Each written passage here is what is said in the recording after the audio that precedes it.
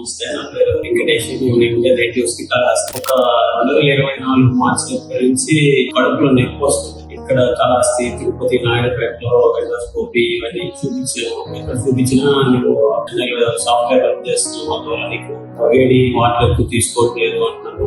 సరే, వాళ్ళకి ఇచ్చిన టాబ్లెట్స్ అన్ని యూజ్ చేశాము.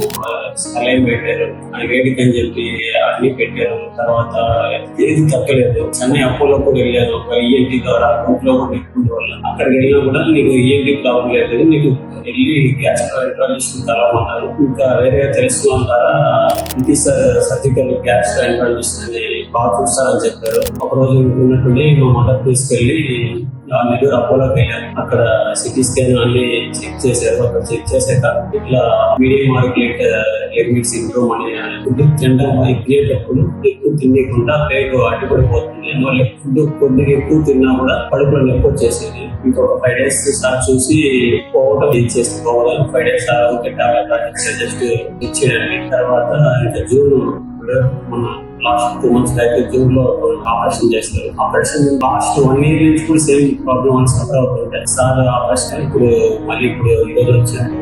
2 months అయిపోయింది.